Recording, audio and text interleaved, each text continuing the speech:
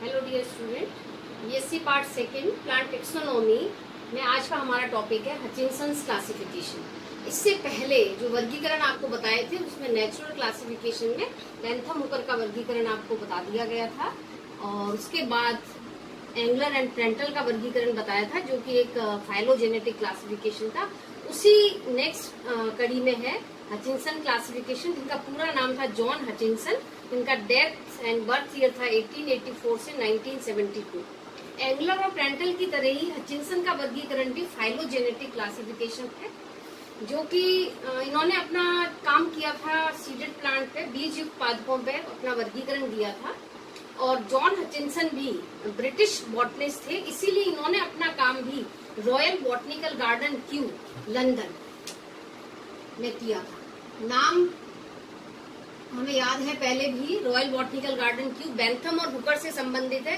Bentham और Hooker वो भी दोनों ब्रिटिश साइंटिस्ट थे और उन्होंने भी अपना सारा काम royal botanical garden Q London में किया था। इसीलिए जॉन हचिंसन का वर्गीकरण भी बेंथम और हुकर के वर्गीकरण पर ही आधारित है और साथ ही साथ बेसे का क्लासिफिकेशन भी जॉन हचिंसन से मिलता जुलता है।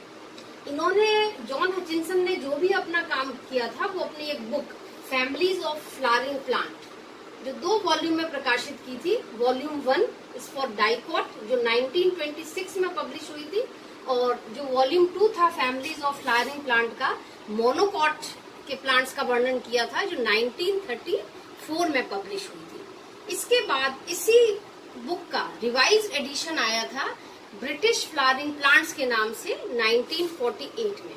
बीच बीच में कई रिवीजन्स आए इस वर्गीकरण के, लेकिन जो लास्ट एडिशन था, रिवाइज पब्लिकेशन था the families of flowering plant के, इनकी डेथ के समय ये कंप्लीट हो चुका था काम, लेकिन जो पब्लिश हुआ वो 1973 में हुआ था। हचिंसन का जो वर्गीकरण था पहले ही बता दिया था, फाइलोजेनेटिक क्लासिफिकेशन है। फाइलोजेनेटिक का मतलब हमें पता है जो भी वर्गीकरण दिए गए हैं वो फाइलोजेनी पर आधारित है या उनके इवोल्यूशन पर आधारित है। तो ये जो वर्गीकरण दिया गया था वो इवोल्यूशनरी कैरेक्टर्स पर बेस था। इसमें हचिंसन ने जो भी इवोल्यूशन के आधार पर जो ओरिजिन दिया था उनको 2 कैटेगरीज में डिवाइड किया था, प्रिमिटिव और एडवांस कैरेक्टर्स। प्रिमिटिव का मतलब ये है कि जो कैरेक्टर्स पहले डेवलप हुए प्लांट्स के अंदर उनको प्रिमिटिव कैरेक्टर कहा गया और जो कैरेक्टर्स बाद में डेवलप हुए उनको एडवांस कैरेक्टर कहा गया। तो मैक्सिमम 24 कैरेक्टर्स के बेसिस पे इसका इवोल्यूशन माना गया है प्लांट्स का और वो कैरेक्टर्स यहाँ पर इन्होंने दिए गए। इसमें सबसे इम्पोर्टेंट जो बात बताई थी, सबसे पहली, इनका जो जितने भी प्लांट्स है उनका डेवलपमेंट अपवर्ड और डाउनवर्ड दोनों दिशाओं में होता है। इसका तात्पर्य ये है, इसका मतलब ये है कि प्लांट ऊपर की तरफ भी ग्रो करता है, नीचे की तरफ भी ग्रो करता है। दूसरा पॉइंट था इसमें जो डेवलपमेंट है प्लांट्स का is not similar in all parts. ये नहीं है कि हर पार्ट में एक समान ही डेवलपमेंट हो। जैसे यदि लीफ का डेवलपमेंट हो रहा है तो स्टेम का डेवलपमेंट कम होगा, या स्टेम का डेवलपमेंट ज्यादा हो रहा है तो लीफ का कम होगा। ये नहीं है कि स्टेम भी बढ़ रहा है तो उसी साइज में लीफ भी बढ़े। तो ये जो डेवलपमेंट था वो कभी भी सभी पार्ट्स में सिमिलर नहीं होता है। जो सीक्वेंस होती है डेवलपमेंट की वो हमेशा रेगुलर होती है। रेगुलर का मतलब ये है कि या तो प्रोग्रेसिव होगी या रेट्रोग्रेसिव होगी, या तो आगामी होगी, आगे की तरफ डेवलप होगा, या रिड्यूस होते जाएंगे कैरेक्टर, जिसको हम कहते हैं रेट्रोग्रेसिव। मान लीजिए बाइसेक्सुअल फ्लावर है, बाइसेक्सुअल से यूनिसेक्सुअल फ्लावर बन रहा है तो इसको हम क्या कहेंगे, इसको हम रेट्रोग्रेसिव ग्रोथ कहेंगे कि डेवलपमेंट जो है प्रोग्रेसिव होने की बजाय रेट्रोग्रेसिव हो जाता है। जब हचिंसन ने जो इवोल्यूशनरी कैरेक्टर्स दिए थे, इन कैरेक्टर्स को 2 कैटेगरीज में डिवाइड कर दिया था, प्रिमिटिव कैरेक्टर्स और एडवांस। जैसा पहले ही बताया, प्रिमिटिव कैरेक्टर्स वो है जो पहले डेवलप हुए और उनके बाद जो कैरेक्टर्स डेवलप हुए प्लांट के अंदर उनको एडवांस कैरेक्टर कहा गया। यहाँ पे कुछ कैटेगरीज बनाई गई इंपॉर्टेंट कैरेक्टर्स की, प्रिमिटिव और एडवांस कैरेक्टर। एक एक कैरेक्टर्स मैं आपको बता देती हूँ इसमें जो इम्पोर्टेंट है, और इसमें कई टर्मिनोलॉजी आएंगी। जो नेक्स्ट हमारा होगा उसमें टर्मिनोलॉजी के बारे में डिटेल में बताया जाएगा। इसमें पहला कैरेक्टर है ट्रीज एंड श्रब। जो हैबिट है प्लांट्स की वो प्रिमिटिव कैरेक्टर है, पहले उत्पन्न माने जाते हैं, और उसका एडवांस कैरेक्टर है हर्ब, शाकीय पादप और क्लाइंबर। नेक्स्ट पेरिनियल प्लांट है बहुवर्षीय पादप, के पश्चात बाइनियल पादप की उत्पत्ति हुई और बाइनियल प्लांट से 1 वर्षीय पादप उत्पन्न हुए, एनुअल प्लांट्स बने। स्थलीय पादप टेरेस्ट्रियल प्लांट को हचिंसन ने प्रिमिटिव कैरेक्टर माना और जलीय पादप जो जलीय अवस्था में पादप पाए जाते हैं उनको एडवांस कैरेक्टर माना, क्योंकि जलीय पादप जब बनते हैं तो उनमें काफी कैरेक्टर्स रिड्यूस हो जाते हैं, जिनको एडवांस कैरेक्टर माना। डाइकॉट और मोनोकॉट, डाइकॉट को प्रिमिटिव और मोनोकॉट को एडवांस कैरेक्टर माना है। यहाँ क्योंकि हमने कहा था ये जो हचिंसन का वर्गीकरण है वो बेंथम और हुकर्स के वर्गीकरण को फॉलो करता है। बेंथम और हुकर ने भी डाइकॉट को प्रिमिटिव माना था और मोनोकॉट को एडवांस माना था। मोनोकॉट की उत्पत्ति डाइकॉट से मानी थी, इसी तरह हचिंसन ने भी मोनोकॉट की उत्पत्ति डाइकॉट से मानी। जबकि हमने एक और वर्गीकरण पढ़ा था एंगलर और प्रेंटल का, जिसमें बिल्कुल इससे ऑपोजिट था। एंगलर और प्रेंटल ने मोनोकॉट को प्रिमिटिव माना था और डाइकॉट को एडवांस माना था, जो उसका एक बहुत बड़ी डीमेरिट भी थी उस वर्गीकरण की। नेक्स्ट कैरेक्टर आता है सिंपल और अनब्रांच स्टेम को प्रिमिटिव माना है, उसी के साथ उसका ऑपोजिट कैरेक्टर है ब्रांच स्टेम। नॉर्मली हमें पता है एंजियोस्पर्म्स के अंदर ज्यादातर प्लांट्स के अंदर ब्रांच स्टेम होता है, उसका एक कैरेक्टर भी है। जिम्नोस्पर्म में नॉर्मली अनब्रांच स्टेम्स पाए जाते हैं। फिर ऑल्टरनेट लीफ, एकांतर पत्ती। ऑल्टरनेट का मतलब होता है एक स्थान से एक पत्ती उत्पन्न होती हो, उसे हम कहते हैं ऑल्टरनेट लीफ। उसको प्रिमिटिव माना है। ऑपोजिट लीफ का मतलब ये है कि एक स्थान से जब 2 लीफ एक साथ निकलती हैं तो वो कहलाती हैं ऑपोजिट। ऑपोजिट लीफ को एडवांस कैरेक्टर माना है हचिंसन ने और ऑल्टरनेट लीफ को प्रिमिटिव माना है। सिंपल लीफ, एक पत्ती है, यदि सिंपल लीफ आगे विभाजित हो जाती है तो कंपाउंड लीफ है, जो कि एक एडवांस कैरेक्टर है प्लांट का। परसिस्टेंट लीफ हमेशा चिरस्थायी बनी रहती है और डेसिडुअस लीफ जो होती है उसको एडवांस कैरेक्टर माना है। पॉलीमेरस फ्लावर, पॉलीमेरस का नॉर्मली हचिंसन ने जो वर्गीकरण दिया है उसमें जो पेटल्स और सेपल्स यदि बोथ आर प्रेजेंट उसको प्रिमिटिव माना है, और पेटल और सेपल या तो एब्सेंट हो या किसी कारण से रिड्यूस होती हो, जिसको हम कहते हैं ओलिगोमेरस फ्लावर, जिसमें पेटल और सेपल की संख्या रिड्यूस होती है, कम होती है, उसको एडवांस कैरेक्टर माना है। बाइसेक्सुअल द्विलिंगी पुष्प, द्विलिंगी जिसमें एंड्रोशियम और स्टेमन्स और गाइनोशियम दोनों ही उपस्थित हो, बाइसेक्सुअल फ्लावर कहलाता है। जो प्रिमिटिव कैरेक्टर है एक, और एडवांस में आता है यूनिसेक्सुअल फ्लावर, जिसमें या तो स्टेमन्स होंगे, एंड्रोशियम होगा या फिर गाइनोशियम होगा, स्टेमिनेट होगा या पिस्टिलेट होगा फ्लावर। मोनोशियस प्लांट और डायोशियस, मोनोशियस मीन्स जिस पादप पर दोनों ही जन्नांग एक साथ उपस्थित हो एक प्लांट पर, उसको प्रिमिटिव माना है। और यदि एक प्लांट पर एक ही प्रकार का रिप्रोडक्टिव ऑर्गन्स उपस्थित होता है तो उसको डायोसियस और एडवांस कैरेक्टर में रखा गया है। सॉलिटरी फ्लावर, एकल पुष्प, यदि एक स्थान से एक ही पुष्प निकलता हो वो कहलाता है सॉलिटरी फ्लावर। और flower arrange in inflorescence, inflorescence में अरेंज हो यदि एक स्थान से एक ही फ्लोरल एक्सिस पर कई पुष्प लगे हुए हो वो कहलाता है इन्फ्लोरेसेंस।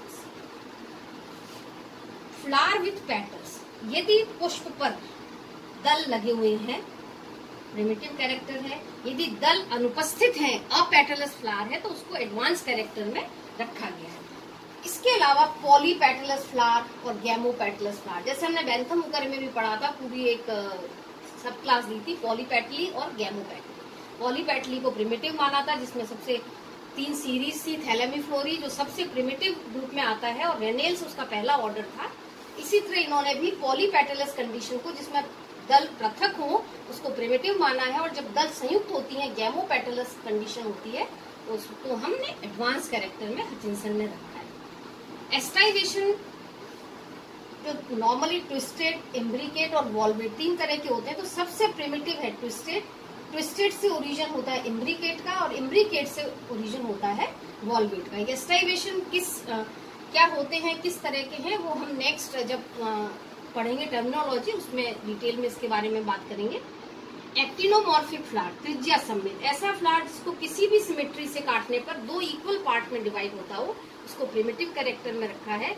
और जाइगोमॉर्फिक फ्लावर जिसको हम कहते हैं एक व्यास सममित, वो उसमें एक प्लेन सिमेट्री पाई जाती हो उसको एडवांस कैरेक्टर में रखा है, क्योंकि उसमें पेटल और सेपल का साइज इक्वल नहीं होता है। एक्टिनोमॉर्फिक जितने भी फ्लावर होते हैं उन सब में पेटल और सेपल साइज इक्वल होता है, इसलिए उसको हम किसी भी रेडियस से 2 इक्वल हाफ में डिवाइड कर सकते हैं। नेक्स्ट है फ्लावर की position in reference to ovary. 3 conditions होती हैं, hypogynous, perigynous, epigynous. Hypogynous is a primitive character.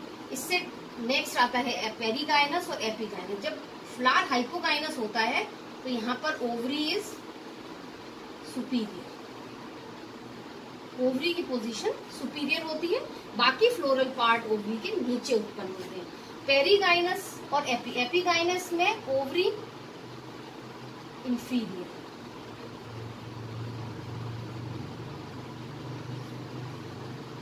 और पेरीगाइनस के अंदर ओवरी हाफ इंफीरियर या हाफ सुपीरियर कहलाती है। नेक्स्ट है पॉलीकार्पी। कार्पल अंडक की संख्या जब अधिक होती है तो प्रिमिटिव कैरेक्टर है। जैसे ही कार्पल की संख्या रिड्यूस हो जाती है इसको हम कहते हैं ओलिगोकार्पी। जैसे हमने बताया था कि जो कैरेक्टर है वो या तो प्रोग्रेसिव होंगे या रिट्रोग्रेसिव होंगे। एक कंडीशन एक बार में ही पाई जाती है तो पॉलीकार्पी से कंडीशन बनती है ओलिगोकार्पी। फिर एपोकार्पस कंडीशन, यदि कार्पल की संख्या 1 से ज्यादा है और कार्पल फ्री है तो उसको हम कहते हैं एपोकार्पस कंडीशन। और यदि कार्पल की संख्या 1 से अधिक है और कार्पल आपस में संयुक्त हैं, जुड़े हुए होते हैं, तो वो सिनकार्पस अवस्था कहलाती है। Endospermic seed primitive character, non endospermic seed are advance characters. Flower के अंदर यदि स्टेमन्स की संख्या बहुत अधिक हो, इनफाइनाइट हो, तो उसको हम प्रिमिटिव कैरेक्टर के अंतर्गत रखते हैं। और यदि स्टेमन्स की संख्या कम होती है तो वो एडवांस कैरेक्टर में रखा जाता है। पॉलीस्टेमिनस कंडीशन, स्टेमन्स फ्री होते हैं, पृथक होते हैं, फ्री। सिनस्टेमिनस, स्टेमन्स आर फ्यूज्ड, आपस में फ्यूज हो, किसी और पार्ट के साथ में फ्यूज होते हो, वो एक फ्लावर का एडवांस कैरेक्टर माना जाता है। इसके बाद है सिंपल फ्रूट और एग्रीगेट फ्रूट, सरल फ्रूट और संयुक्त फल, ये एक एडवांस कैरेक्टर माना जाता है। तो ये कुछ इवोल्यूशनरी ओरिजिन के बेसिस पर, कैरेक्टर्स के बेसिस पर हचिंसन ने उनको 2 कैटेगरी में डिवाइड कर दिया था, प्रिमिटिव और एडवांस कैरेक्टर। ये जो कैरेक्टर है यहाँ पे हमारे सिलेबस में टॉपिक है evolutionary tendencies in flowering plant. ये सारे कैरेक्टर हम इसके अंतर्गत लिख सकते हैं। यदि क्वेश्चन हमारा आता है right the evolutionary tendencies in flowering plant, तो हचिंसन के द्वारा दिए गए जो ये इवोल्यूशनरी कैरेक्टर्स हैं जिनको प्रिमिटिव और एडवांस कैरेक्टर में विभाजित किया है, इनको हम इस टॉपिक के अंतर्गत लिख सकते हैं।